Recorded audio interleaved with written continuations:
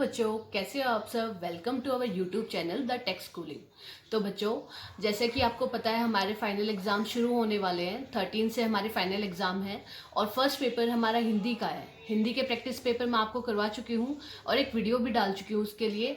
आज वो वीडियो डलेगी, आपको सबको देखनी है और उसमें जो भी मैंने होमवर्क का क्वेश्चन पूछा हुआ है उसका आपको आंसर करना है। आज हम करने वाले हैं इस वीडियो में सोशल साइंस के 2 प्रैक्टिस पेपर, जो कि सेम एज इट इज आपके फाइनल एग्जाम से रिलेट करते होंगे। मतलब जैसा आपका फाइनल एग्जाम आने वाला है सेम एज इट इज मैं वो पेपर आपको करवाऊंगी एज ए प्रैक्टिस पेपर। ठीक है, तो लगभग जो क्वेश्चंस होंगे वो इस तरीके के ही आपको मिलेंगे। जो पैटर्न होगा पेपर का वो सेम रहेगा। क्वेश्चन पेपर कितने मार्क्स का होगा, क्वेश्चन पेपर कितने टाइम के लिए आपको मिलेगा, उसको करने के लिए आपको कितना टाइम दिया जाएगा, वो कौन से स्टैंडर्ड का होगा, सब्जेक्ट कौन सा होगा, सब क्वेश्चन पेपर पर एज ए डिटेल लिखा हुआ है। इसीलिए मैं सारी चीजें आपको पूरी डिटेल में बताती चली जाऊंगी। ठीक है, वीडियो स्किप नहीं करना है बीच में से। क्यों? क्योंकि मैं होमवर्क के क्वेश्चंस पूछती हूँ। जो बच्चे मेरे को होमवर्क के क्वेश्चन कमेंट नहीं करते, मतलब वो वीडियो पूरी नहीं देखते या फिर वो स्किप करते हैं, तो स्किप बिल्कुल भी नहीं करनी है, वीडियो पूरी देखनी है। और जो भी क्वेश्चन मैं पूछूं उनके आंसर मुझे कमेंट बॉक्स में कमेंट करने हैं। लास्ट तक वीडियो देखना, कुछ भी पसंद आए तो एक लाइक कर देना। अपने फ्रेंड्स और फैमिली के साथ जो भी बच्चे फाइनल एग्जाम देने वाले हैं उनको वीडियो शेयर करना। और ज़्यादा से ज़्यादा जितने हो उसके सब्सक्राइबर बढ़ाओ जितना हो सकता है। जिसने भी सब्सक्राइब नहीं किया अभी तक वो प्लीज़ सब्सक्राइब चैनल को कर दो, ताकि आपको आने वाली वीडियोस का नोटिफिकेशन जल्द से जल्द मिल जाए। उसके अलावा एक इम्पॉर्टेंट चीज़, जो मैं प्रैक्टिस पेपर आपको करवाऊंगी वो 2 तो कंफर्म है कि मैं इस वीडियो में करवाने वाली हूँ। बट उसके साथ साथ अगर थोड़ा टाइम बचा, वीडियो ज़्यादा लंबी नहीं हुई बाय चांस, तो मैं कुछ क्वेश्चंस भी डालूंगी सोशल साइंस से रिलेटेड, ताकि आपकी प्रैक्टिस और ज़्यादा हो जाए। मतलब आज हम एसएसटी का जो सिलेबस है वो पूरा का पूरा कवर करने की सोचेंगे। ठीक है, तो चलिए वीडियो शुरू करते हैं आज की। तो बेटा, जैसा कि आप देख रहे हो ये है फाइनल टर्म प्रैक्टिस पेपर 1। मैंने सोशल साइंस के लिए पेपर बनाया है आपके लिए, जिसमें मैं थोड़ी डिटेल्स भी आपको दूंगी। जैसे ये फाइनल टर्म का पेपर है as a practice paper, class 4th standard के लिए है। मतलब जो बच्चे क्लास 4th में हैं, जो बच्चे स्टैंडर्ड 4th में पढ़ रहे हैं इस टाइम पे, उनके लिए एग्जाम होने वाला है। सब्जेक्ट रहेगा सोशल स्टडीज़, जो कि उनका सब्जेक्ट है। और इसका एग्जाम कब होने वाला है मुझे कमेंट बॉक्स में कमेंट करना कि मैंने क्या डेट शीट बताई थी एसएसटी के एग्जाम के लिए। और तीसरी चीज, यहाँ पे नेम, आप अपना नाम लिखोगे। उसके साथ साथ मैक्सिमम मार्क्स जो कि एक एग्जाम के होते हैं, जो कि इस एग्जाम के होने वाले हैं, वो होने वाले हैं 30 मार्क्स। और जो टाइम ड्यूरेशन रहेगा आपका एग्जाम के लिए, जो ड्यूरेशन रहेगा वो रहेगा 2 आवर्स। मतलब आपको पूरे 2 घंटे मिलेंगे इस 30 नंबर के पेपर को करने के लिए। ठीक है, तो इतना था। ये फाइनल टर्म ऊपर लिखा हुआ होगा, class 4th, subject social science, social studies, आपका नाम लिख सकते हो। और ड्यूरेशन 2 घंटे रहेगी और मैक्सिमम मार्क्स, मतलब ये कितने नंबरों का होने वाला है, 30 मार्क्स का होने वाला है। ठीक है, चलिए फर्स्ट क्वेश्चन देखते हैं। पहले हम जो भी पैराग्राफ वाला क्वेश्चन होगा उसको पहले पढ़ेंगे, देन क्वेश्चंस को रीड आउट करेंगे, जितने भी क्वेश्चंस उससे रिलेटेड पूछे गए हैं। दोबारा से फिर उसको पैराग्राफ को एक बार फिर पढ़ेंगे और फिर हम क्वेश्चंस को टिक करना शुरू करेंगे। ये 2 बार पढ़ने के लिए मैं इसलिए बोलती हूँ, देखो आपके पास टाइम की कमी तो है नहीं, क्योंकि जब 2 घंटे का पेपर है और सिर्फ 30 मार्क्स का पेपर होने वाला है आपका, तो ऐसा नहीं है आपको बहुत ज़्यादा फास्ट चीज़ें करनी पड़ेगी। नहीं, हम आराम से करेंगे, स्लो एंड स्टडी करेंगे, ताकि हमारे क्वेश्चंस में कोई भी गलती ना हो। तो मैं इसलिए बोलती हूँ पैसेज को 2 बार पढ़ने के लिए, ताकि जब आप एक बार पैसेज पढ़ते हो तो आपको पता नहीं होता नीचे किस तरीके के क्वेश्चन उसमें से पूछे गए हैं। इसीलिए मैं पहले एक पैसेज पढ़ने के लिए बोलती हूँ, फिर उसके क्वेश्चंस पढ़ने के लिए बोलती हूँ, ताकि आप फैमिलियर हो जाओ कि आपको पैसेज में आखिरकार ढूंढना क्या है। और फिर उसके बाद हम दोबारा से पैसेज पढ़ते हैं, ताकि अब हम फैमिलियर हो चुके हैं हमारे क्वेश्चंस क्या थे। और अब जब हम पैसेज पढ़ेंगे दोबारा से तो हमें थोड़े थोड़े आंसर्स मिलने शुरू हो जाएंगे, हमें याद आने लग जाएगा कि हाँ ये क्वेश्चन भी पूछा है, ये क्वेश्चन भी पूछा था, शायद इसका ये आंसर हो सकता है। तो इसीलिए मैं हमेशा इंग्लिश, हिंदी या ईवीएस या एसएसटी, जिसमें भी पैराग्राफ के क्वेश्चन आएंगे, पैसेज के क्वेश्चन आएंगे, उसमें हमेशा आपको यही करना है कि पहले पैराग्राफ पढ़ना है, उसके बाद क्वेश्चंस को पढ़ना है, देन अगेन पैराग्राफ को पढ़ते हुए आपको आंसर्स को क्लिक करना है, टिक करना है उनको। ठीक है, उनको ढूंढना है। ये प्रैक्टिस रहेगी ना, तो बेटा आपके कोई भी क्वेश्चन के आंसर गलत नहीं होंगे। दूसरी चीज पैसेज के लिए, कि आपको हमेशा पैसेज का ही आंसर यहाँ पे टिक करना है। ऐसा नहीं कि कोई क्वेश्चन ऐसा दिया गया है जिसको आप रियल लाइफ से रिलेट करते हो और आप अपने अकॉर्डिंग उसका आंसर टिक कर दो। नहीं, यहाँ पे अपना ज्ञान नहीं लगाना है। जो क्वेश्चन में दिया गया है उसमें से ही छांट के, उसमें से ही ढूंढ के आपको क्या करना है, क्वेश्चन का आंसर टिक करना है। ठीक है, या फिर उसी में से क्वेश्चन को ढूंढ के, उसी में से क्वेश्चन के आंसर को ढूंढ के लिखना है। कई बार लिखने का भी आ जाता है क्वेश्चन, टिक करने का नहीं आता है तो। ठीक है, मैं ये बात इसलिए कह रही हूँ क्योंकि पैसेज में ही सभी क्वेश्चंस के आंसर छुपे हुए हैं। आपको कभी भी अपनी तरफ से याद करके या अपनी मेमोरी को सोच के कि हाँ भाई ये क्वेश्चन का आंसर ये हो सकता है, आपको कुछ नहीं करना है। आपको सिर्फ पैसेज में जो दिया गया है उसको एज इट इज लिख देना है या फिर उसका answer as it is tick कर देना है। ठीक है, चलिए शुरू करते हैं। एक बार पैसेज पढ़ लेते हैं। क्वेश्चन नंबर फर्स्ट है आपका, more than 100 crore people live in our country India. The total number of people living in a country is called population. There are about 200 countries in the world. Among these countries, India and China are the two countries whose population is more than 100 crore. The largest number of people live in China in the world. People of different religions like Hindu, Muslim, Sikh, Christian, Bodh lives in India. People in India speaks many different languages. For example, Punjabi is spoken in Punjab, Marathi in Maharashtra and Bengali in East Bengal. ठीक है, आया समझ में? थोड़ा बहुत तो समझ में आया, बाद में समझाऊंगी। पहले क्वेश्चंस पढ़ लेते हैं। Read the passage given above and answer the questions given below. Which country has the largest population in the world? First option America, second Russia, third China, fourth India. Question second, what is meant by population? First, 4-digit numbers, number of books, number of trees, number of people living in a place. Question number third, write the name of the languages spoken in India. Next, which language is spoken in West Bengal? Question fifth, people of which religion lives in India? तो ये देखो, ये total 5 questions पूछे गए हैं जिसमें से 2 आपके टिक लगाने वाले हैं और बाकी के 3 आपके आंसर देने वाले हैं। इसीलिए मैं कह रही थी कि जो टिक लगाने वाले हैं उसका एग्जैक्ट हम टिक लगाएंगे और जो आंसर जहाँ पे लिखना है उसका पैसेज में से ही जो आंसर होगा सेम एज इट इज उठा के हम यहाँ पे लिखेंगे। ठीक है, चलिए दोबारा से पैसेज पढ़ते हैं। मोर than 100 crore people live in our country India. The total number of people living in a country is called population. देखो, हमसे एक population का एक क्वेश्चन पूछा गया था, what is meant by population, तो हमें यहाँ से उसका आंसर मिल जाएगा the total number of people living in a country is called population. इसको थोड़ा सा अंडरलाइन कर लेते हैं। The total number of people living in a country is called population. ठीक है, next, there are about 200 countries in the world. कितनी country हमारे पूरे वर्ल्ड में? 200. Among these countries India and China are the 2 countries whose population is more than 100 crore. और उन 200 countries में से इंडिया और चाइना 2 ऐसी कंट्रीज हैं जिसमें जो पॉपुलेशन है वो लगभग किससे ज़्यादा है? 100 करोड़ से भी ज़्यादा जनसंख्या इन दोनों कंट्रीज में रहती है। The largest number of people live in China in the world. जबकि सबसे ज़्यादा जो पॉपुलेशन है, सबसे ज़्यादा जो लोग रहते हैं वो कहाँ रहते हैं? चाइना में। हमारा इस तरीके का भी क्वेश्चन था ना, एक पूछा था which country has the largest population in the world. तो देखो, हमें यहाँ से उसका आंसर मिल जाएगा the largest number of people live in China in the world. हमने इसको भी अंडरलाइन कर लिया।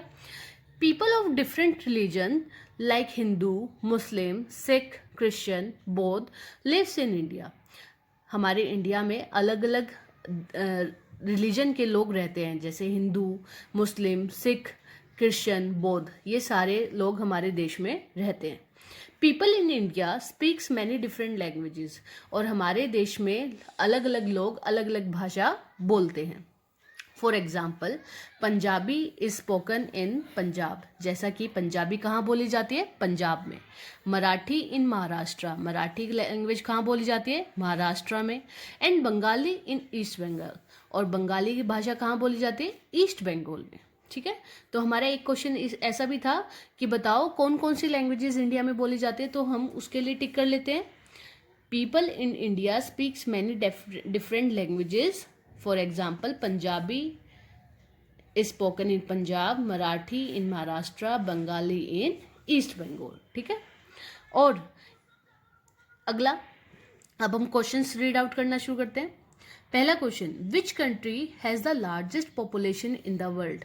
तो हमने कुछ टिक किया था, देखो ऊपर हमने टिक किया था कि देखो which country has the largest population पूछे कि जहाँ पे सबसे ज़्यादा लोग रहते हैं, तो हमने ये टिक किया था ना, the largest number of people live in China. कहाँ रहते हैं? चाइना में। तो क्या ऑप्शन में चाइना है? यस, ऑप्शन में चाइना है, तो हम इसको क्या कर देंगे? टिक कर देंगे। हमेशा जो भी ऑप्शन वाले क्वेश्चंस होते हैं, चाहे 3 ऑप्शन हो किसी में या 4 ऑप्शन हो, लेकिन हमें टिक किसको करना होता है? सिर्फ एक को। अगर हम एक से ज़्यादा को टिक कर देंगे तो हमारा क्वेश्चन क्या हो जाएगा? गलत हो जाएगा, हमें उसके मार्क्स नहीं मिलेंगे। तो ये बात हमें ध्यान रखनी है कि हमेशा हमें एक ऑप्शन को ही टिक करना है, चाहे कितने भी ऑप्शन हमें दिए गए हों। और दूसरी इंपॉर्टेंट चीज़, हमें कभी भी कोई भी क्वेश्चन छोड़ के नहीं आना है। हमेशा हर एक क्वेश्चन का कोई ना कोई आंसर हमें टिक करना ही करना है, या फिर लिखना ही लिखना है, हमें जितना भी समझ में आए। हम अगर क्वेश्चन को छोड़ देते हैं तो उसके मार्क्स हमें बिल्कुल नहीं मिलते, लेकिन अगर हम सारे क्वेश्चंस को अटेम्प्ट करेंगे तो हमें उसके कुछ ना कुछ मार्क्स ज़रूर मिलेंगे। नेक्स्ट क्वेश्चन है question number 2, what is meant by population. Population से आप क्या समझते हो? तो हमने देखो ये भी टिक किया था एक फर्स्ट लाइन में ही, the total number of people living in a country is called population. तो पॉपुलेशन का मतलब क्या हुआ? उस कंट्री में रह रहे टोटल पीपल क्या कहलाती है? पॉपुलेशन। सभी लोगों को मिला के जो जनसंख्या बनती है उसको हम क्या बोलते हैं? जनसंख्या या फिर पॉपुलेशन। ठीक है, तो यहाँ पे क्या होगा? What is meant by population में number of people living in a place, क्योंकि देखो 4 डिजिट नंबर नहीं, पॉपुलेशन नहीं होती, नंबर ऑफ बुक्स भी नहीं, नंबर ऑफ ट्रीज भी नहीं, तो आंसर क्या होगा हमारा? Number of people living in a place. अच्छा, आप ऑप्शन इस तरीके से भी टिक कर सकते हो, जैसे मान लो आपको नहीं समझ में आया कि इसका आंसर क्या हो सकता है, तो आपको ये चीज़ें तो पता होंगी कि भाई पॉपुलेशन है, आप जनसंख्या जिसको बोल रहे हो, उसके लिए 4 डिजिट नंबर तो नहीं होगा, ना ही नंबर ऑफ बुक्स होगा, ना ही नंबर ऑफ ट्रीज होगा। तो जो एक ऑप्शन बच गया कि number of people living in a place, तो आपको थोड़ा अंदाजा हो सकता है कि हाँ भाई ये ठीक हो सकता है, इसीलिए मैं ये टिक कर देता हूँ। उससे क्या होगा?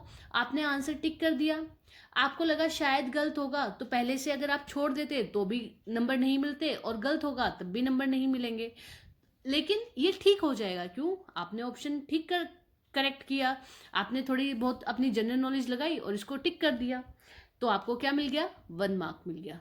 तो ये बेनिफिट होता है जब आप क्वेश्चन को छोड़ते नहीं हो और आंसर ना आने पर भी तीनों वो ऑप्शन हटा देते हो जो आपको लगते हैं कि ये नहीं होंगे, तो जो लास्ट बच जाता है आप उसको टिक कर देते हो, तो शायद से 50-50 चांसेस हो जाते हैं कि आपका आंसर क्या हो जाएगा? ठीक हो जाएगा। ठीक है, तो इसमें कौन सा ऑप्शन ठीक है? Option number 4। ठीक है, आया समझ में? अगला question, right the names of the languages spoken in India. हमारे भारत देश में बोले जाने वाली भाषाएं कौन कौन सी हैं, उनके नाम लिखिए। अब ये नाम हमें अपनी तरफ से नहीं लिखने हैं कि हमें पता है कि वहाँ पे ये लैंग्वेज तेलुगु बोली जाती है, तमिल बोली जाती है, हमें अपनी तरफ से कुछ नहीं लिखना। हमें सीधा पैसेज उठाना है, पैसेज में जो लैंग्वेजेस दी हुई हैं हमें उनको यहाँ लिख देना है, सिंपल। ठीक है, तो चलिए पैसेज की तरफ देखते हैं। पैसेज में हमने टिक भी किया था, people in India speaks many different languages, full stop. For example, Punjabi in Punjab, Marathi in Maharashtra and Bengali in east Bengal. अब हमसे क्वेश्चन में पूछा गया है कि नेम लिखो उन लैंग्वेजेस की जो हमारे इंडिया में बोली जाती हैं, तो हमें सिर्फ लैंग्वेजेस का नेम लिखना है। तो यहाँ जो जो भाषाओं के नाम लिखे हुए हैं, जैसे पंजाबी, मराठी, बंगाली, हम ये सिर्फ यहाँ पे लिख देंगे। ठीक है, तो लिखना शुरू करते हैं।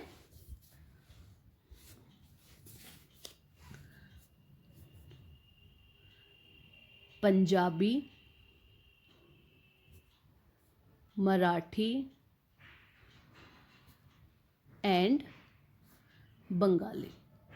हमें पैसेज में ये 3 दी हुई थी, तो हमने ये तीनों की तीनों लिख दी हैं। अगला क्वेश्चन है question number 4, which language is spoken in west Bengal. पूछा है कि वेस्ट बंगाल में कौन सी लैंग्वेज बोली जाती है, कि वेस्ट बंगाल में कौन सी लैंग्वेज बोली जाती है। अब पैसेज की तरफ देखेंगे कि हमें आंसर तो पैसेज में से ही ढूंढना है। तो पैसेज में जब देखेंगे हम तो देखो, पैसेज में तो हमें जो लैंग्वेज दी हुई है वो कहाँ की दी हुई है, ईस्ट बंगाल की, कि ईस्ट बंगाल में कौन सी लैंग्वेज बोली जाती है, बंगाली।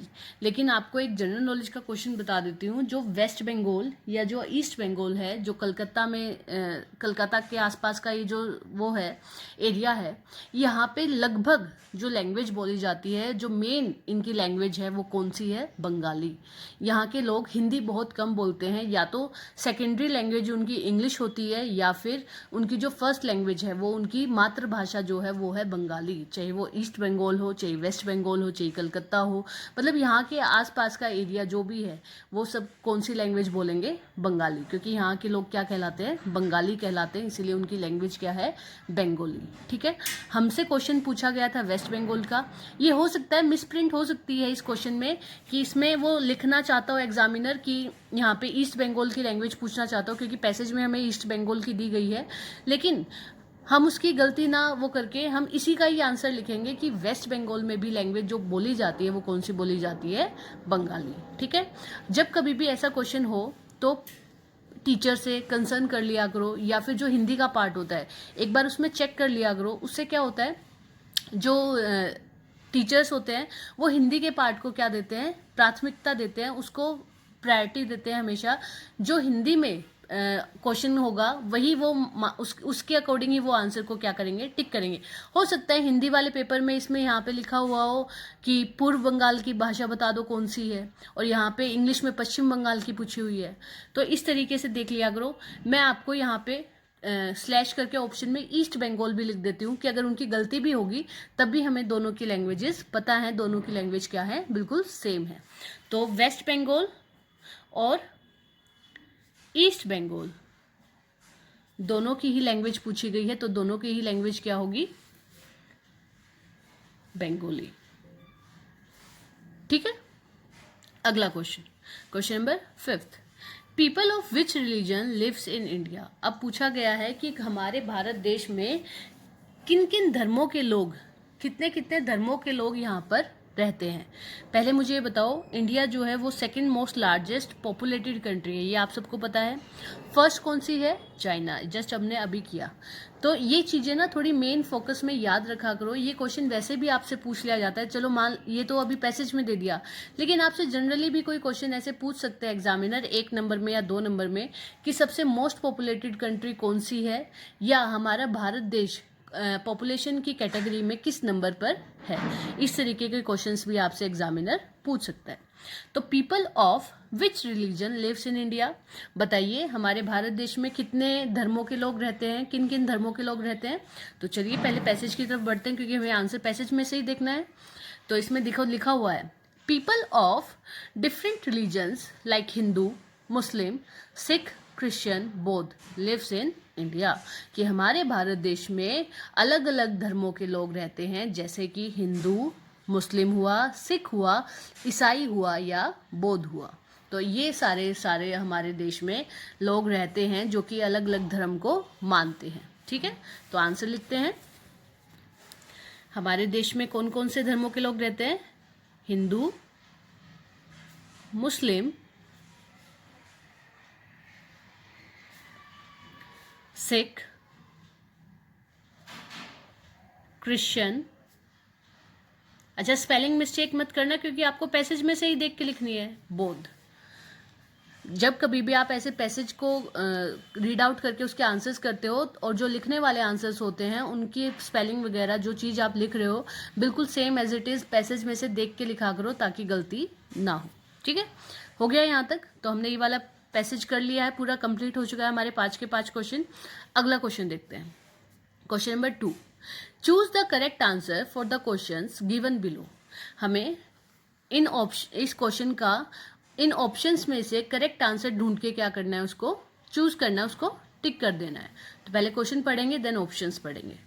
विच city is known as pink city, बताइए वो कौन सा शहर है जो कि गुलाबी शहर के नाम से जाना जाता है, जिसको हम गुलाबी शहर भी कहते हैं। पहला ऑप्शन उदयपुर, दूसरा जयपुर, तीसरा सागरपुर और चौथा चेन्नई। तो बताओ कौन सा वो शहर है जिसको हम गुलाबी शहर भी बोलते हैं, पिंक सिटी के नाम से भी जो फेमस है, वो है हमारा शहर जयपुर। कौन सा है? जयपुर। जयपुर को हम क्या बोलते हैं? पिंक सिटी भी बोलते हैं। ठीक है, चलिए नेक्स्ट क्वेश्चन देखते हैं। नेक्स्ट क्वेश्चन है which city in India is famous as Silicon valley.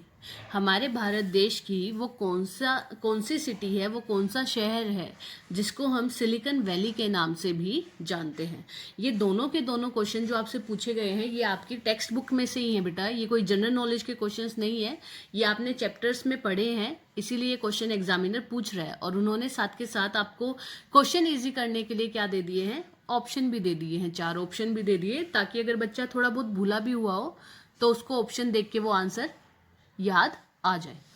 तो पूछा है सिलिकॉन वैली किसको बोलते हैं, किस शहर को बोला जाता है?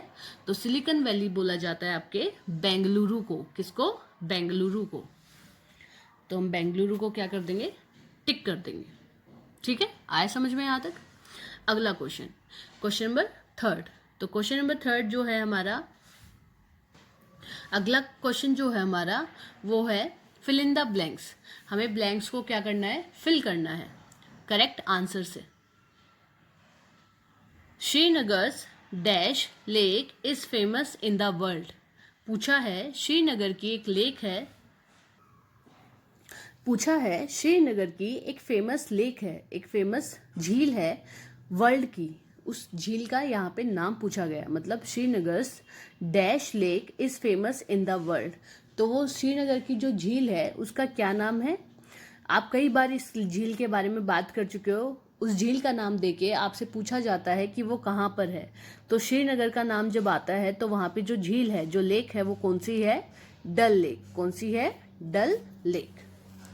लिख लेते हैं, डल लेक। डल लेक सबसे फेमस लेक है पूरे विश्व में। Next question, question number 2। In the north of India there is a dash mountain range. हमारे भारत के उत्तर में कौन सी माउंटेन रेंज है? कौन से पहाड़ की श्रृंखला है? कौन सा पहाड़ है जो हमारे नॉर्थ में फैला हुआ है?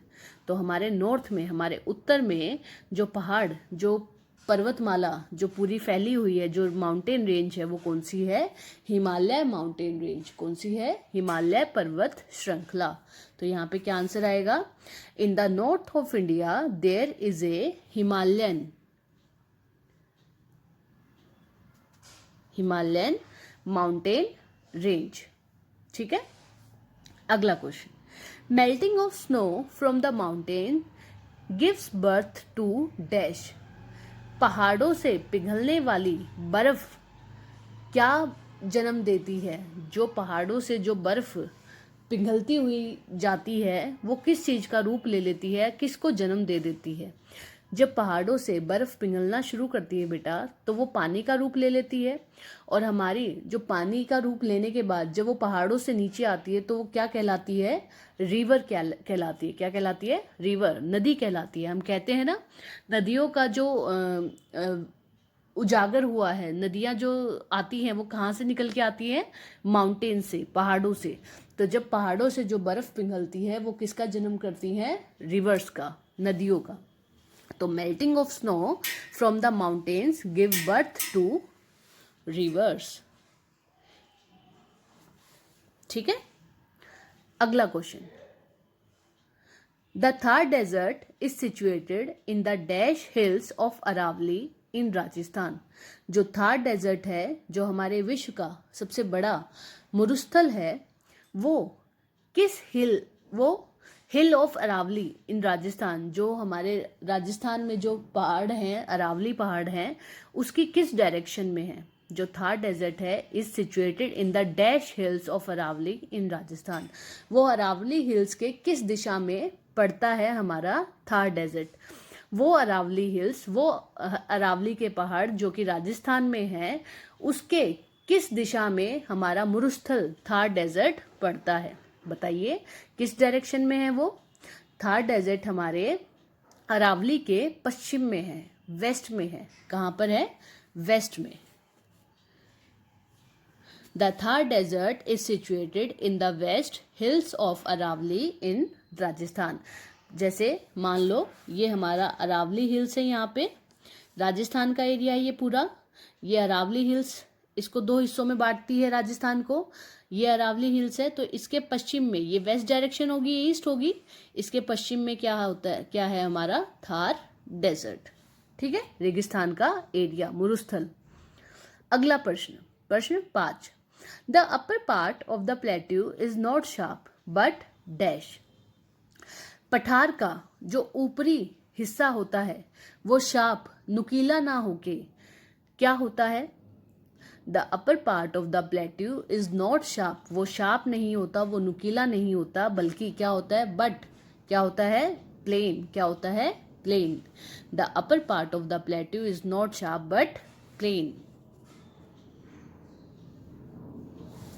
3 तरीके की चीजें होती है बेटा ये। देखो, एक तो माउंटेन्स होती हैं इस तरीके से, फिर हमारा पठार आ जाता है ऐसा, मतलब नॉर्मल जमीन से थोड़ा ऊंचा उठा हुआ हिस्सा, और फिर हमारा ये प्लेन एरिया आता है। ठीक है, तो ये माउंटेन्स होती हैं, ये प्लेट्यू होता है, और ये प्लेन एरिया। 3 तरीके की ये चीजें होती हैं। अगला question, question number 4। In the following statements mark right against the correct ones and cross against the wrong ones. हमें ये फॉलोइंग स्टेटमेंट, ये दी हुई सारी की सारी स्टेटमेंट क्या करनी है? पढ़नी है, और देखना है इसमें से जो स्टेटमेंट ठीक होगी उसके सामने टिक मार्क करना है, और जो गलत होगी उसके सामने रॉन्ग मार्क करना है। एक तरीके से ट्रू एंड फॉल्स ही है, बट हमें क्वेश्चन के अकॉर्डिंग क्या करना है? एक के सामने राइट और एक के सामने रॉन्ग। ठीक है, चलो पढ़ते हैं। फर्स्ट है, land forms are made of hard and old rocks. जो हमारी स्थल भूमि है, जो लैंड एरिया है, क्या वो हार्ड, कठोर और पुराने पत्थरों से बना हुआ है? क्या ये स्टेटमेंट ठीक है? येस और नो? यस, ये स्टेटमेंट ठीक है। जो लैंड फॉर्म्स हैं वो हार्ड और ओल्ड रॉक से बने हैं। तो मैं इसके सामने क्या मार्क करूं? टिक और रॉन्ग? तो इसके सामने क्या मार्क होगा? टिक, राइट, क्योंकि ये स्टेटमेंट क्या है? करेक्ट है। तो ये हमने टिक कर दिया। Next question, the Lakshadweep group is located in the bay of Bengal. क्या जो लक्षद्वीप ग्रुप है वो बे ऑफ बंगाल की तरफ लोकेटेड है? क्या ये बात ठीक है? देखो बना लेते हैं इंडिया का मैप, नीचे की साइड से साउथ इंडिया का बना लेते हैं एक तरीके से। ये यहाँ पे आपका अरेबियन सी है पूरा, जो आपके वेस्ट में पड़ता है। नीचे आपका इंडियन ओशियन है जो आपका साउथ में पड़ता है, और यहाँ पे आपका ईस्ट में है बे ऑफ बंगाल जो आपका पूर्व में पड़ता है। अब एग्जामिनर बोल रहा है स्टेटमेंट के अकॉर्डिंग कि बे ऑफ बंगाल की तरफ ही क्या हमारा लक्षद्वीप आइलैंड। क्या ऐसा है? लक्षद्वीप आइलैंड इस तरीके से बना होता है बेटा, ऐसे, क्योंकि इसमें बहुत सारे आइलैंड्स है, कम से कम 100 से भी ज़्यादा। तो क्या ये फिगर आपने कभी मैप में बे ऑफ बंगाल की तरफ देखी है? नहीं, ये बे ऑफ बंगाल की तरफ नहीं होती है, दिस इज रॉन्ग। ये हमेशा अरेबियन सी की तरफ इधर आपको देखने को मिलेगी मैप में। यहाँ पे जो आइलैंड्स हैं वो है अंडमान एंड निकोबार आइलैंड। कौन सा है? Andaman and Nicobar islands. ये आइलैंड्स यहाँ पे हैं, ना कि लक्षद्वीप। लक्षद्वीप आइलैंड कहाँ पे? आपका अरेबियन सी की तरफ, आपका वेस्ट में। तो ये जो इन्होंने एग्जामिनर ने जो स्टेटमेंट बोली है वो बिल्कुल गलत है कि लक्षद्वीप जो ग्रुप है, लक्षद्वीप जो आइलैंड्स का जो ग्रुप है वो बे ऑफ बंगाल में है। नहीं, ऐसा नहीं है, वो कहाँ पर है? अरेबियन सी में। तो ये स्टेटमेंट क्या हो जाएगी? रॉन्ग हो जाएगी, गलत हो जाएगी। ठीक है, अगला नेक्स्ट क्वेश्चन है, question number 3। India receives monsoon rains in January. क्या हमारा भारत देश मॉनसून, जो कि ठंडी हवाएं होती हैं, जो बारिश की जो हवाएं होती हैं, वो रिसीव करता है कब? जनवरी में। क्या जनवरी में हमारे यहाँ मॉनसून आता है? जो बारिश वाला जो सीज़न होता है, जो रेनी सीज़न कहलाता है, क्या वो इंडिया में जनवरी में आ जाता है? ऐसा है? नहीं, ऐसा नहीं है। हमारे इंडिया में जो सबसे पहले जो मॉनसून आता है वो केरला में आता है, और वो भी कब आता है? हमारे कब आता है? जून में आता है। कब आता है? जून में आता है, बल्कि मई के एंड में ही आ जाता है वहाँ पे तो। और हमारे यहाँ उसके 1 हफ्ते या 15 दिन बाद हमारे यहाँ मतलब नॉर्थ इंडिया में वो स्ट्राइक करता है। तो जनवरी में ऐसा मौसम नहीं होता, बल्कि जनवरी में कौन सा मौसम आता है आपका? विंटर सीजन आता है। नॉर्थ में विंटर सीजन और साउथ में तो पूरे साल ही एक तरीके का मौसम रहता है। तो मेनली हम बात किसकी कर रहे हैं? नॉर्थ की। तो जनवरी में मॉनसून सीजन ना आके क्या कौन सा आता है? Winter season. तो ये स्टेटमेंट भी क्या होगी? गलत होगी। तो हम इसके सामने भी क्या कर देंगे? क्रॉस कर देंगे। Next question, question number 4, 26 January is the Republic day of India. क्या हम गणतंत्र दिवस 26 जनवरी को सेलिब्रेट करते हैं हमारे भारत देश में? यस और नो? यस, गणतंत्र दिवस हम अपने संविधान को लागू करने की खुशी में मनाते हैं कि इस दिन हमारा कॉन्स्टिट्यूशन लागू हुआ था। बनके तैयार तो वो पहले ही हो चुका था, लेकिन जो लागू हुआ था, जो उसको इम्प्लीमेंट किया था, वो किस दिन किया था? 26 जनवरी को। और उसी के ओकेजन पर हम रिपब्लिक डे सेलिब्रेट करते हैं। तो ये स्टेटमेंट बिल्कुल करेक्ट है कि 26 जनवरी को क्या मनाया जाता है? रिपब्लिक डे सेलिब्रेट किया जाता है। ठीक है, तो चलिए ये स्टेटमेंट ठीक है, तो हम क्या करेंगे? टिक मार्क करेंगे। Next question, question number 5, the climate of a country is different. क्या हमारे देश का जो क्लाइमेट है वो बिल्कुल भिन्न है, अलग है? क्या अलग अलग शहरों में अलग अलग क्लाइमेट आपको देखने को मिलता है? यस। और दूसरी कंट्रीज से भी हमारा क्लाइमेट क्या है? डिफरेंट है। हमारे यहाँ बहुत मौसम आते हैं, लगभग 4 तरीके के मौसम तो मेन है, वैसे 6 मौसम भी होते हैं, लेकिन 4 मौसम तो हमारे देश में आते ही आते हैं, जैसे सर्दी का, गर्मी का, बारिश का और आपका पतझड़ का। तो ये 4 मौसम तो आते ही आते हैं हमारी कंट्री में, और रोज की रोज थोड़ा बहुत बदलाव तो मॉनसून में होता ही रहता है। ठीक है, तो the climate of our country is different. हाँ, ये बात ठीक है कि हमारे देश का जो क्लाइमेट है वो बिल्कुल डिफरेंट है। तो ये जब स्टेटमेंट ठीक है तो हम इसको क्या करेंगे? टिक मार्क करेंगे। This statement is correct. Next question, question number 5, match the following. अब हमें मिलान करना है ये जो ऑप्शंस हमें दिए गए हैं। तो पहले मैं एक साइड के ऑप्शंस पढ़ देती हूँ, फिर दूसरी साइड के पढ़ेंगे, और फिर हमें जो सबसे पहले वो क्लिक करेगा हम उसको मिला देंगे। उसके बाद धीरे धीरे धीरे जिसके बारे में हमें थोड़ा बहुत भी पता है हम उसको मैच करना शुरू करेंगे, और लास्ट में वो मैच करेंगे जो हम नहीं जानते थे, लेकिन लास्ट में वही बच जाएगा तो हम इजीली उसको मैच कर पाएंगे। पहला है, इधर देखो आपके लेफ्ट साइड में है नेपाल, सचिन तेंदुलकर नेशनल बर्ड, पोलो, बैसाखी कॉस्ट्यूम। नेक्स्ट दूसरी तरफ देख लेते हैं, right side, cricket, Kathmandu, a game played on a horse, peacock, फिरन और पंजाब। तो चलिए पहले जो हमें पता है वो देखते हैं। तो बैसाखी त्योहार जो सेलिब्रेट किया जाता है वो कहाँ किया जाता है? आपके पंजाब में, पंजाब शहर में, ये पंजाब स्टेट में ये त्योहार सेलिब्रेट किया जाता है। तो पहले इसको इससे मैच कर देते हैं। बैसाखी कहाँ सेलिब्रेट की जाती है? पंजाब में। किस खुशी में?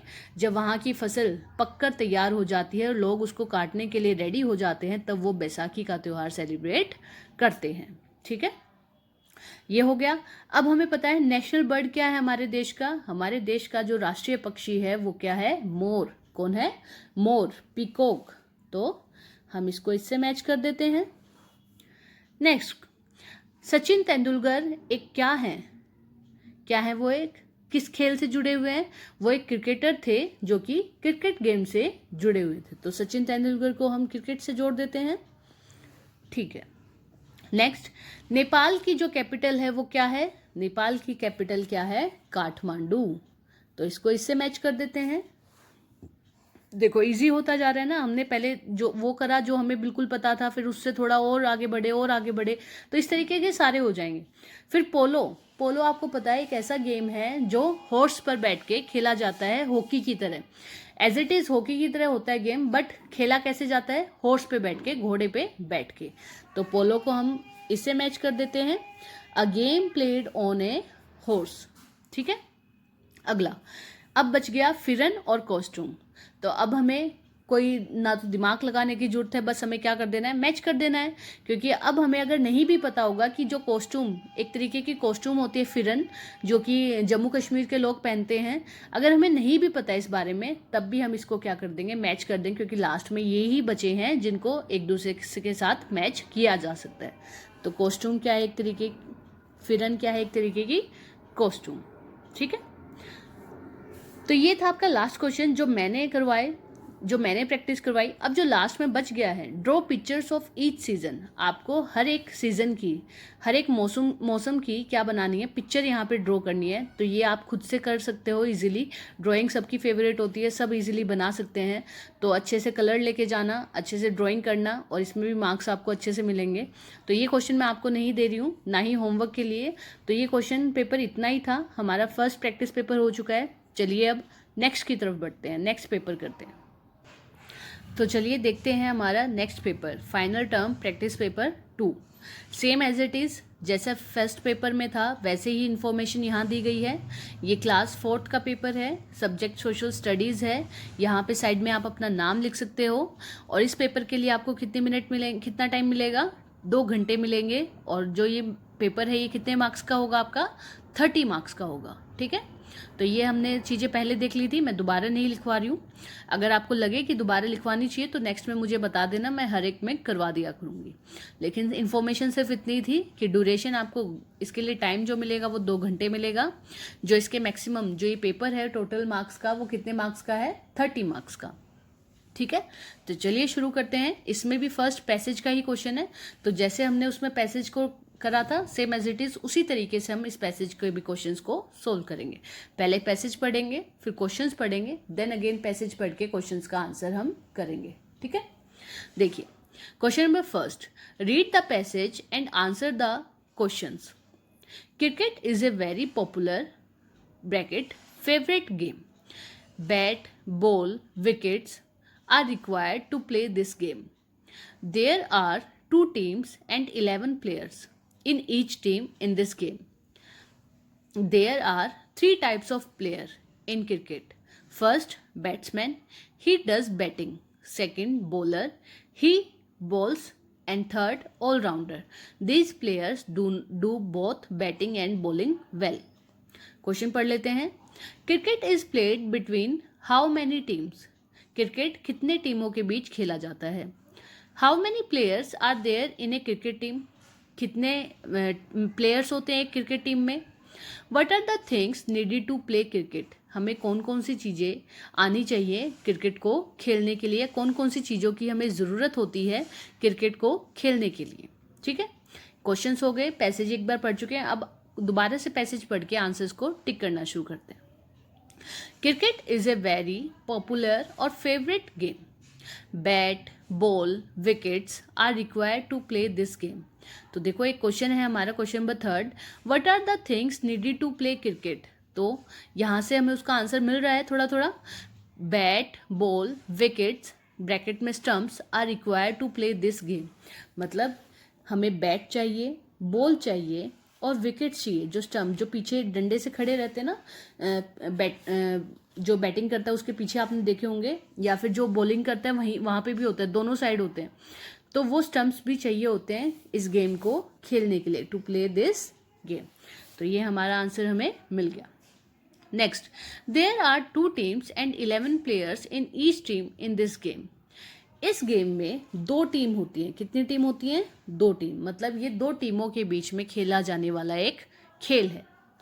हर एक टीम में कितने मेंबर्स होते हैं? 11 प्लेयर्स इन ईच टीम। हर एक टीम में टोटल 11 प्लेयर होते हैं इस गेम को खेलने के लिए। तो देखो हमें एक और आंसर मिल गया। पूछा है cricket is played between how many teams? तो कितनी टीम्स के बीच खेला जाता है? 2 टीम्स के बीच में।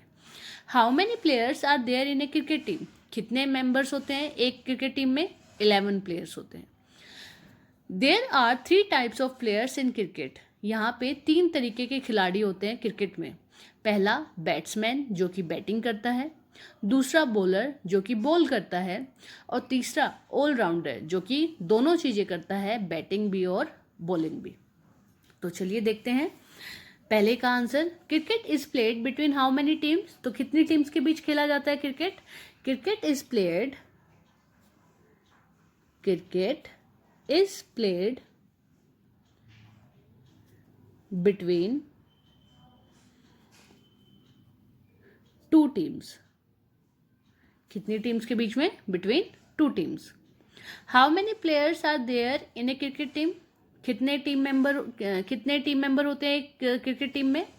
तो टोटल 11 प्लेयर्स होते हैं। कितने प्लेयर्स होते हैं? 11 प्लेयर्स होते हैं एक क्रिकेट टीम में, और दोनों में मिला के कितने हो जाएंगे? 22। Next, what are the things needed to play cricket? हमें क्या क्या चीज़ें चाहिए क्रिकेट खेलने के लिए? तो हमें सबसे पहले क्या चाहिए? एक बैट चाहिए, एक बॉल चाहिए, और हमें विकेट्स चाहिए। जो स्टंप्स होते हैं वो हमें चाहिए। इसके साथ साथ हमें सेफ्टी गार्ड्स भी चाहिए होते हैं बेटा, जो आप हाथों पे पैरों पे पहनते हो ताकि खेलते वक्त आपको चोट ना लगे। ठीक है। Next question number 2। अब ये मल्टी टाइप क्वेश्चन पूछे गए हैं, मल्टी चॉइस क्वेश्चन, जिसमें एक क्वेश्चन दिया गया है, उसके 4 ऑप्शंस हैं। आपको उस ऑप्शन में से उनको टिक करना है एक आंसर को। Which city was made by the British as their first capital? बताइए, अंग्रेजों ने सबसे पहली जो सिटी अपनी कैपिटल बनाई थी वो सिटी कौन सी थी? वो शहर कौन सा था जो उन्होंने अपनी कैपिटल राजधानी बनाई थी? तो वो कौन सा शहर था जो उन्होंने अपनी राजधानी बनाई थी? वो था शहर कलकत्ता। कौन सा था?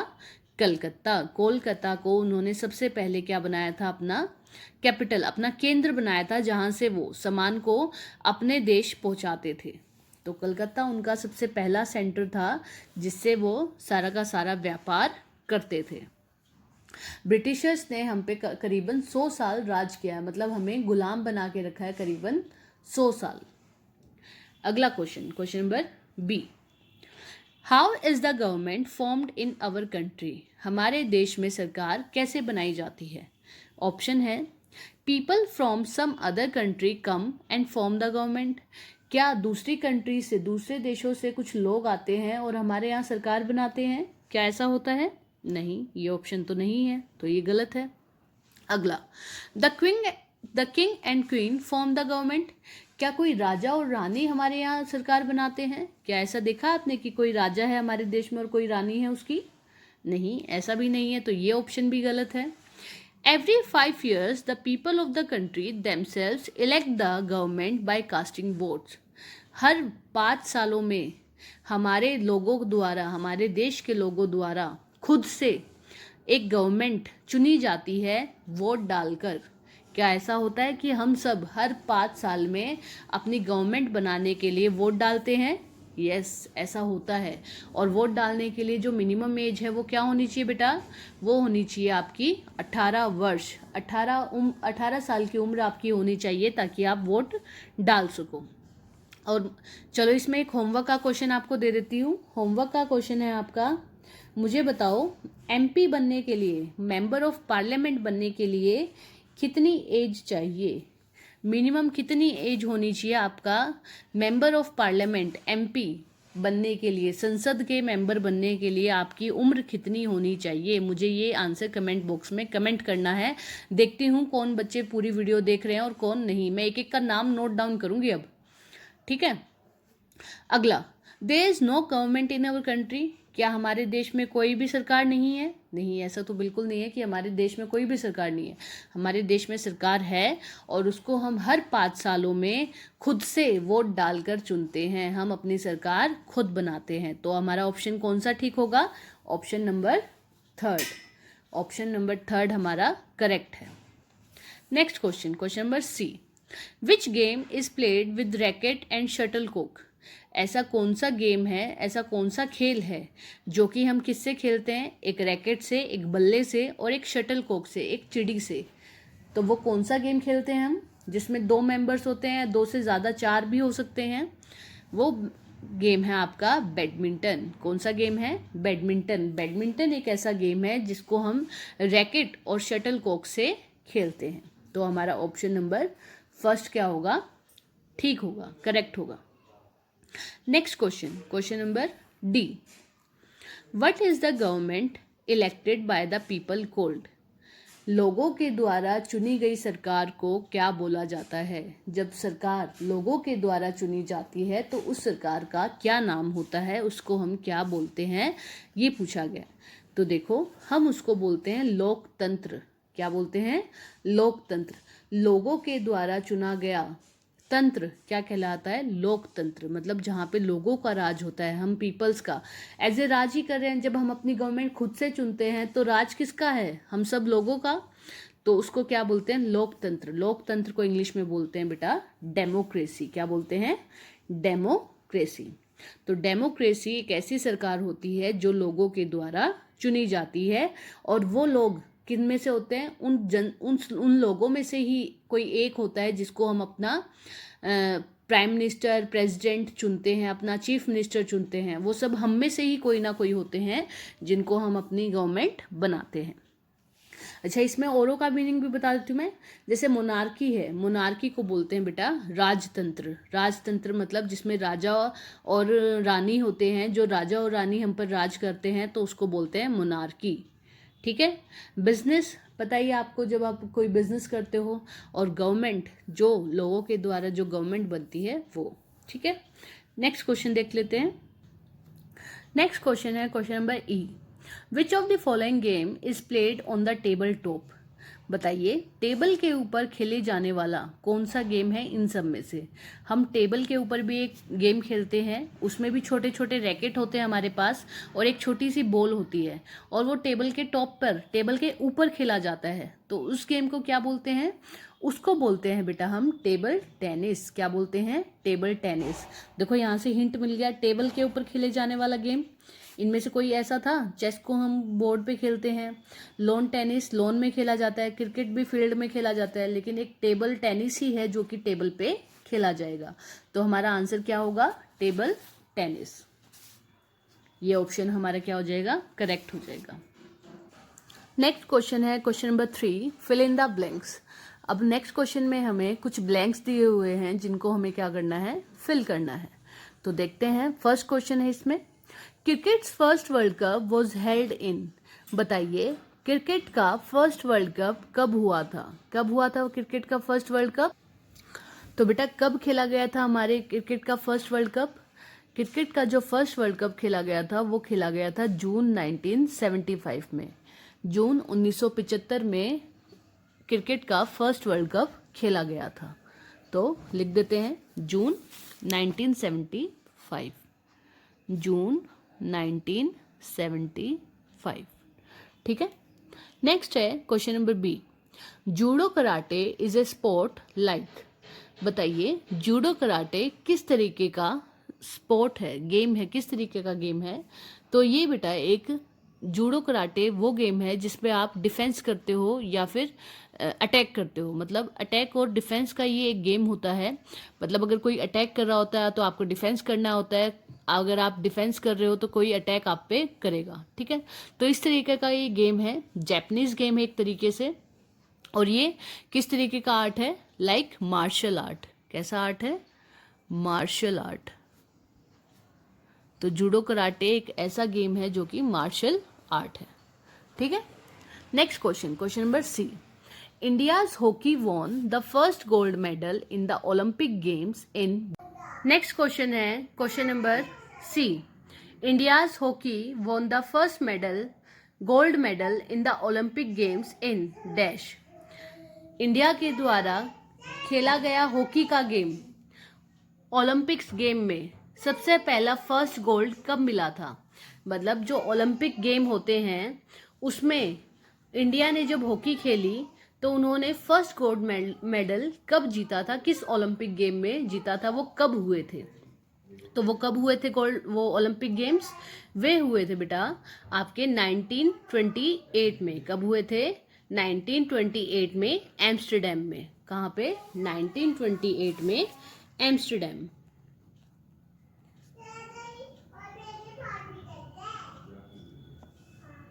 एम्स्टरडेम। ठीक है। नेक्स्ट क्वेश्चन है question number D. Sports keep the body. Sport क्या रखता है बॉडी को? बॉडी को कैसा रखता है? खेलकूद। खेलकूद बॉडी को स्ट्रॉन्ग, और हेल्दी रखता है। कैसा रखता है? स्ट्रॉन्ग और हेल्दी। स्पोर्ट बॉडी को स्ट्रॉन्ग और हेल्दी रखता है। ठीक है। नेक्स्ट क्वेश्चन है question number 4। Make the correct pair of facts written in column 1 and column 2। हमें करेक्ट पेयर को क्या करना है? मैच करना है। कॉलम 1 के सब्सटेंसेस कॉलम 1 में जो लिखे हुए हैं उनको कॉलम 2 के साथ, जो जिसका करेक्ट पेयर है, जो जिसके साथ अच्छे से मेल खाता है, हमें उसको उससे मिला देना है। देखो कॉलम 1 में जो भी दिए गए हैं वो सारे क्या हैं? त्योहार हैं। त्योहार हैं जो हमारे भारत देश में अलग अलग कंट्री में सेलिब्रेट, अलग अलग सिटी में, अलग अलग स्टेट में सेलिब्रेट किए जाते हैं।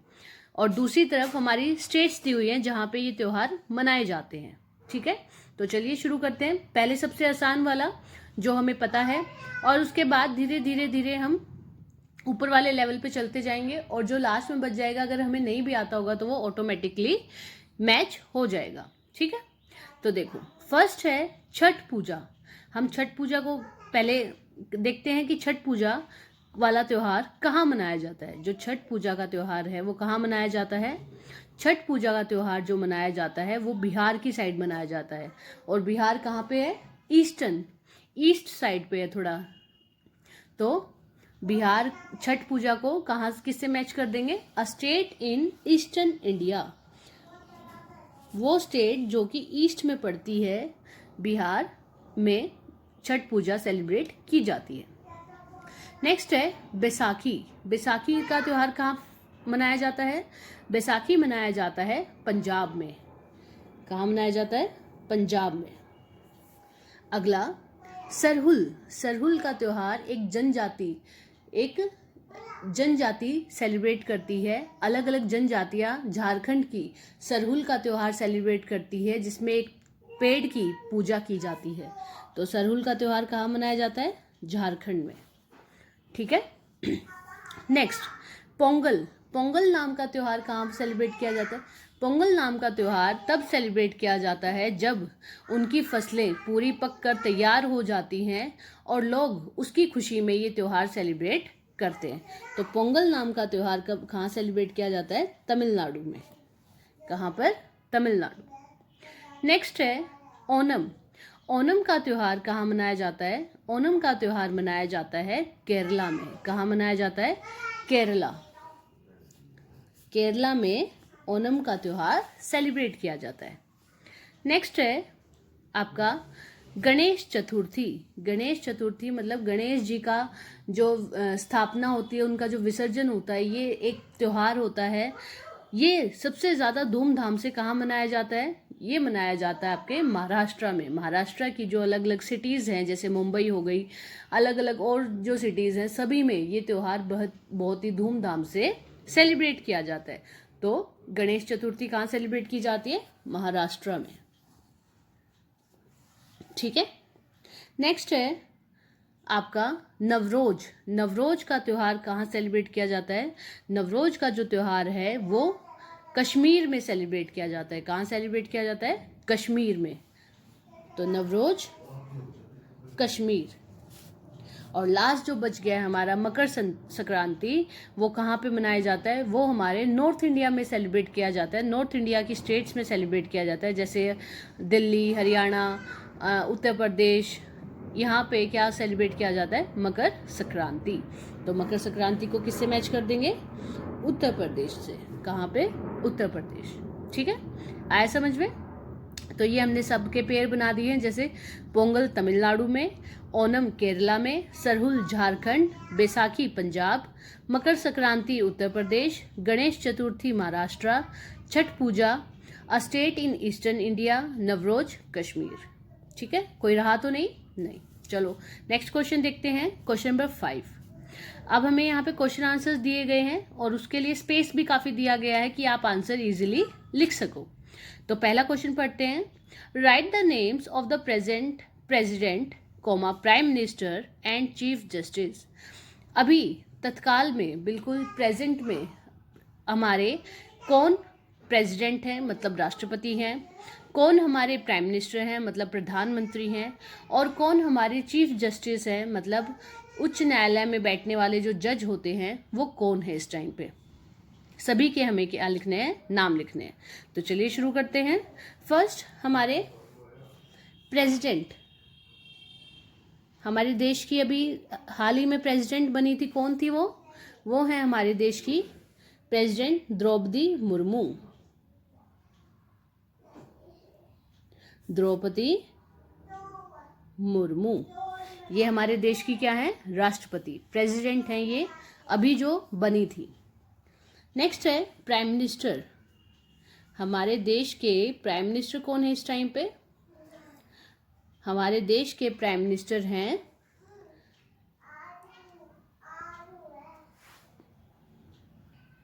श्री नरेंद्र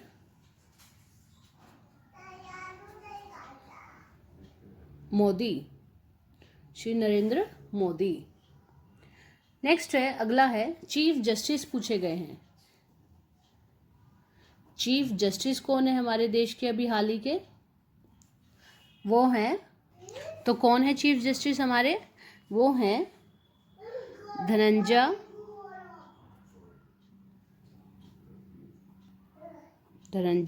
वाई चंद्रचूड़। ये हमारे कौन है, चीफ जस्टिस है हमारे इंडिया के। ठीक है, आया समझ में यहाँ तक? चलिए नेक्स्ट क्वेश्चन देखते हैं। नेक्स्ट क्वेश्चन है क्वेश्चन नंबर 2। पूछा है what is the story behind celebrating Diwali, right in brief. Right in brief का मतलब होता है कि संक्षेप में लिखिए, मतलब थोड़ा बढ़ा चढ़ा मतलब थोड़ा ज़्यादा संक्षिप्त में लिखिए, कि थोड़ा लंबा लिखना है आपको, शॉर्टकट में आंसर नहीं देना है, थोड़ा उसके बारे में और ज़्यादा चीज़ें बतानी हैं। तो बताइए, जो हम दिवाली सेलिब्रेट करते हैं वो उसके पीछे जो कहानी है वो कहानी क्या है, उसको अपने शब्दों में बताइए। तो दिवाली हम जो सेलिब्रेट करते हैं वो किनकी खुशी, किनके घर आने की खुशी में करते हैं? श्री रामचंद्र जी जब घर आए थे वापस, अपने राज्य में वापस आए थे, अपनी अयोध्या में वापस आए थे, कितने साल बाद? 14 साल बाद वनवास काटकर, तब उनके आने की खुशी में हमने दिए जलाकर, घी के दीपक जलाकर खुशियां मनाई थी, और उसी को हम आज तक दिवाली के रूप में सेलिब्रेट करते हैं। ठीक है, आप सभी को पता होगा। अब चलिए इसको लिखते हैं, और याद भी रहना चाहिए, ये आपका जो चैप्टर है, चैप्टर 9 फेस्टिवल्स ऑफ इंडिया, वहाँ से ये क्वेश्चन लिया गया है एज इट इज़। तो टेक्स्ट बुक के क्वेश्चन आंसर्स भी आपको याद करने, क्योंकि एसएसटी में तो क्वेश्चन आंसर्स आएंगे ही आएंगे। ठीक है बेटा, तो देखते हैं इसका answer.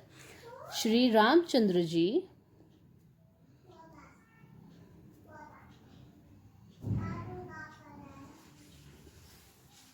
returned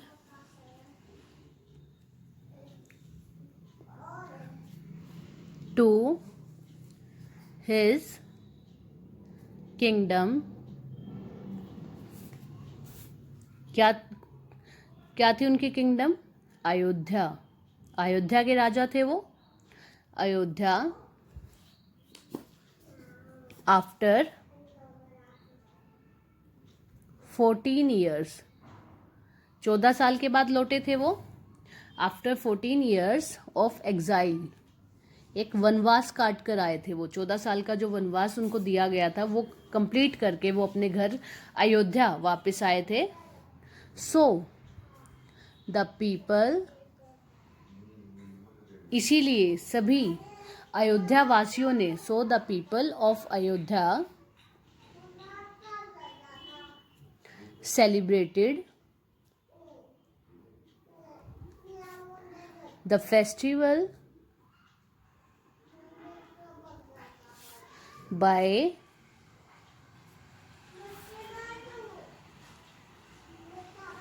burning lights। Shri Ramchandra ji return to his kingdom Ayodhya after 14 years of exile. जब रामचंद्र जी अपने घर वापस आए थे अयोध्या, कितने साल का वनवास काटकर? 14 साल का वनवास काटकर, तब अयोध्या के सारे लोगों ने घी के दीपक जलाकर ये फेस्टिवल सेलिब्रेट किया था। इसको एज ए फेस्टिवल मनाया था उनके घर आने की खुशी में। ठीक है, नेक्स्ट देखते हैं अगला क्वेश्चन क्या है। तो क्वेश्चन नंबर 3 है, व्हाट इज गवर्नमेंट? गवर्नमेंट क्या होती है? तो हम दो पार्ट्स हैं इस क्वेश्चन के, what is government and how do the people या public elect the government. Government क्या होती है एक क्वेश्चन, दूसरा क्वेश्चन, और पब्लिक या पीपल लोग गवर्नमेंट को कैसे चुनते हैं वो भी। तो पहले मैं गवर्नमेंट का बताती हूँ आपको, गवर्नमेंट की क्या डेफिनेशन रहेगी। तो गवर्नमेंट की डेफिनेशन है the group of people, the group of people who rule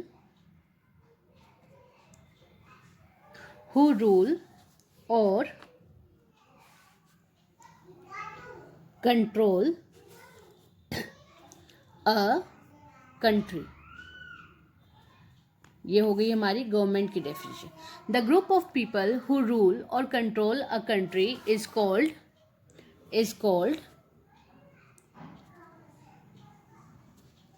government, is called government. तो गवर्नमेंट क्या होती है? वो ग्रुप ऑफ पीपल, वो लोगों का समूह जो कंट्री पर रूल या उसको कंट्रोल करता है, उसको हम क्या बोलते हैं? गवर्नमेंट बोलते हैं। और अगला पार्ट है इसमें, हाउ डू द पब्लिक या पीपल इलेक्ट द गवर्नमेंट। और वो लोग कैसे चुनते हैं अपनी गवर्नमेंट को, वो सारे लोग कैसे मिलके चुनते हैं अपनी गवर्नमेंट को। तो कैसे होता है? ये वोटिंग के थ्रू होता है, जिसमें सभी 18 वर्ष से ऊपर के वाले, जिनकी एज 18 वर्ष या उससे ऊपर की होती है, वो सभी क्या देते हैं? वोट डालते हैं और अपनी गवर्नमेंट को चुनते हैं। तो लिख लेते हैं, दे do this through elections in which they vote for particular person and elect them। ये एक ऐसा प्रोसीजर होता है जिसमें वो सभी लोग किसी को वोट देते हैं, किसी पर्टिकुलर पर्सन को, और इलेक्ट करते हैं और उसको चुन लेते हैं। ठीक है, तो गवर्नमेंट का मीनिंग आ गया, the group of people who rule और control a country is called government. और नेक्स्ट है, how do the public elect the government? They do this through elections in which they vote for particular person and elect them. ठीक है, finish हो गया। चलिए next question देखते हैं। Next question है when and how is the festival of Guru Parv celebrated. बताइए कब और कैसे गुरु पर्व का सेलिब्रेट किया जाता है, गुरु पर्व का फेस्टिवल मनाया जाता है, कब और कैसे। तो कब मनाया जाता है ये, चलिए देख लेते हैं। On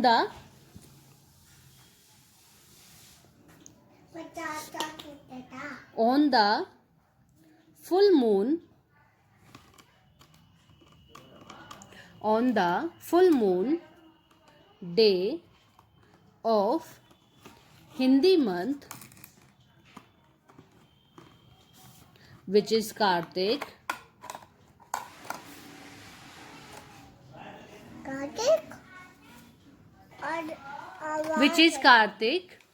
comma Guru Nanak ji was born। ये कब मनाया जाता है? ये उस दिन, उस पूरे चांद वाले दिन मनाया जाता है जो कि हमारे हिंदी महीनों में से एक महीना है, जो कि महीना है कार्तिक का महीना। उस दिन, जिस दिन पूरा चांद निकलता है, जिस दिन पूर्णिमा होती है, उस दिन ये गुरु पर्व सेलिब्रेट किया जाता है। क्यों? क्योंकि गुरु नानक जी का जन्म हुआ था। इस दिन गुरु नानक देव जी का जन्म हुआ था। Guru Nanak Dev ji was born.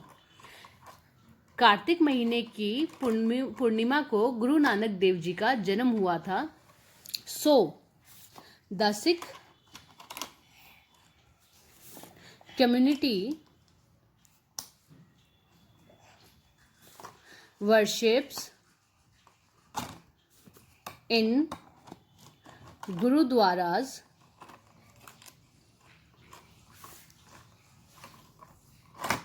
and march the procession on roads with full divine faith। Kartik महीने की पूर्णिमा की रात को गुरु नानक देव जी का बर्थ हुआ था, जन्म हुआ था। इसीलिए सारे सिख कम्युनिटी मिलकर गुरुद्वारे में पूजा पाठ करते हैं और मार्च मतलब रोडों पर एक पैदल यात्रा निकालते हैं, जो कि शो करती है उनके फुल फेथ, उनके पूरे विश्वास को जो उन्होंने गुरु नानक देव जी पे बना रखा था अपना, कि वो उनको भगवान मानते थे और उन्हीं के बर्थडे को सेलिब्रेट करने के लिए वो गुरु पर्व का फेस्टिवल सेलिब्रेट करते हैं। ठीक है। नेक्स्ट क्वेश्चन है question number 5। How many parts of the government are there? Question mark. What are the function of each part of the government? पहले क्वेश्चन में पूछा गया है कि बताओ गवर्नमेंट कितने अंगों से मिलके बनती है, गवर्नमेंट कितने अंगों से मिलके बनती है, गवर्नमेंट के कितने पार्ट्स होते हैं। दूसरा कि हर एक पार्ट का क्या काम होता है, क्या फंक्शन होता है हर एक पार्ट का जिससे गवर्नमेंट मिलके बनती है। तो बताइए गवर्नमेंट के कितने पार्ट्स होते हैं? गवर्नमेंट के कितने पार्ट्स होते हैं? गवर्नमेंट के होते हैं टोटल 3 पार्ट्स। कितने पार्ट्स होते हैं? 3 पार्ट्स। पहले का आंसर लिख देते हैं। There are 3 parts of the government. कितने पार्ट्स होते हैं गवर्नमेंट के? 3 parts. Next, what are the functions of the each part of the government? अब हर एक पार्ट के हमें फंक्शंस लिखते हैं कि उनका काम क्या होता है, और ये 3 पार्ट कौन कौन से होते हैं वो भी साथ में। तो फर्स्ट पार्ट होता है लेजिस्लेचर। क्या होता है? लेजिस्लेचर। लेजिस्लेचर जो पार्ट होता है ये आपके उस पार्ट से बिलोंग करता है जिसमें आप लॉज बनाते हो, जिसमें आप कानून बनाते हो या उनको सुधारते हो। कानून जो बन चुके हैं अगर उनमें कुछ सुधार करना है तो भी यही पार्ट करेगा, और कानून अगर बनाने होंगे तो भी यही पार्ट बनाएगा। तो ये क्या काम करता है? टू मेक लॉज, कानूनों को बनाने का, और टू अमेंड लॉज। अमेंड का मतलब होता है उनमें कुछ चेंज अगर लेके आना है तो भी यही लेजिस्लेचर ही ये काम करेगा। नेक्स्ट है सेकंड, एग्जीक्यूटिव। एग्जीक्यूटिव का काम क्या होता है? ये जो लॉ बन चुके हैं, जो लेजिस्लेचर ने जो लॉ बनाए हैं उनको इम्प्लीमेंट करने का, उनको लागू करने का काम कौन करता है? एग्जीक्यूटिव। To implement laws. कानून यहां बने, लेजिस्लेचर ने बनाए। अब जो कानून लेजिस्लेचर ने बनाए उनको लागू कौन करेगा? एग्जीक्यूटिव। कौन करेगा? एग्जीक्यूटिव। और लास्ट पार्ट कौन सा है? जुडिशरी। इसमें क्या काम होता है? इसमें काम होता है कि जो हमने लॉज बनाए हैं, जो लॉज बना के जो हमने इम्प्लीमेंट कर दिए हैं सोसाइटी में, कम्युनिटी में, हमारे देश में, क्या वो अच्छे से लागू हो रहे हैं, वो अच्छे से सब उसको मान रहे हैं या नहीं मान रहे हैं, या सब अच्छे से काम जो लॉ हमने दुनिया के लिए या पीपल्स के लिए बनाए हैं, क्या वो उनके लिए बिल्कुल करेक्ट हैं, बिल्कुल फेयर हैं, क्या उनको उनसे कोई दिक्कत तो नहीं हो रही? ये काम कौन देखता है? जुडिशरी देखती है। जुडिशरी में सारे के सारे कोर्ट्स आते हैं। ठीक है, तो इसमें क्या आ जाएगा? ये आगे टू मेक लॉ लेजिस्लेचर में, एग्जीक्यूटिव में टू इम्प्लीमेंट, जो इनको इम्प्लीमेंट करता है, और जुडिशरी में जो इनको ओवरलुक करता है, to overlook the fair and function of the law. Judiciary में देखा जाता है कि क्या वो कानून हमने जो बनाए वो बिल्कुल फेयर है, सबके लिए बिल्कुल एक समान है, और वो अच्छे से काम कर रहे हैं या नहीं कर रहे हैं। ठीक है, तो ये 3 पार्ट्स थे हमारे गवर्नमेंट के, जिनसे हमारी गवर्नमेंट मिलके बनती है, लेजिस्लेचर, एग्जीक्यूटिव एंड जुडिशरी। और इनके काम क्या क्या होते हैं? लेजिस्लेचर का काम होता है टू मेक लॉज, और उसमें चेंजेस भी अगर लेके आने तो भी लेजिस्लेचर। एग्जीक्यूटिव में टू इम्प्लीमेंट लॉज, और जुडिशरी में उनको देखा जाता है to overlook the fair and function of the laws. ये काम था। ठीक है, नेक्स्ट क्वेश्चन देखते हैं, question number 6। Discuss how will you celebrate Republic Day and Christmas, draw pictures. हमें इसमें बताना है कि बताओ हम क्रिसमस फेस्टिवल को और रिपब्लिक डे फेस्टिवल को कैसे सेलिब्रेट करते हैं, क्या क्या किया जाता है उनमें, और उसके ऊपर कोई एक पिक्चर बनाओ। अब ये काम आपका होमवर्क का है, आप मुझे होमवर्क में करके होमवर्क में 1-2 लाइनें आप मुझे कमेंट बॉक्स में कमेंट करोगे रिपब्लिक डे के ऊपर और क्रिसमस के ऊपर, और ड्राइंग आप खुद से बना लोगे, जहाँ पे आप इसकी प्रैक्टिस करोगे मैं वो भी चेक करूँगी। ठीक है, तो ये क्वेश्चन आपका हुआ होमवर्क का क्वेश्चन। ठीक है, आज की वीडियो इतनी ही रखते हैं, ज़्यादा बड़ी नहीं करते हैं, ताकि आप इजीली देख पाओ।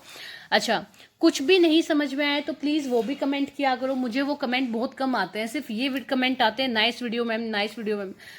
ठीक है, आप कॉम्प्लीमेंट कर रहे हो कि हाँ अच्छी बात है, आप बता रहे हो कि अच्छी वीडियो बनाई मैम, बट मैं चाहती हूँ मेरे बच्चे अपनी दिक्कत भी मुझे बताएं। उनको अगर कोई परेशानी हो रही है वीडियो की क्वालिटी से, या क्वेश्चन नहीं समझ में आ रहा है, या होमवर्क का क्वेश्चन वो नहीं कर पा रहे हैं, तो भी वो हर चीज़ मुझे बता सकते हैं, ताकि मैं उस चीज़ में थोड़े चेंजेस लेके आऊँ, उस चीज़ को थोड़ा अच्छे से मॉडर्नाइज करूँ।